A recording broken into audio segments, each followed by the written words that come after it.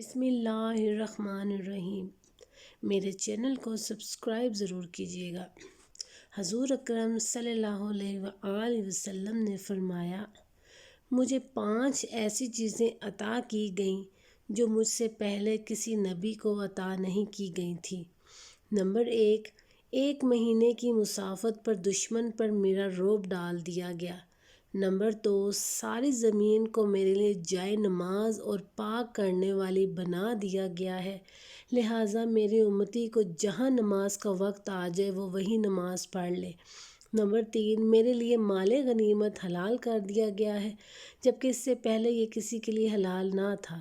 Number 4، مجھے شفاعت کبریٰ یعنی حشر میں حساب کتاب شروع کرنے کی درخواست کرنے کی اجازت عطا کی گئی ہے۔ نمبر 5، پہلے نبی صرف اپنی قوم کے لیے آیا کرتے تھے، جبکہ میں تمام لوگوں کی طرف رسول بنا کر بھیجا گیا ہوں۔ جزاک اللہ۔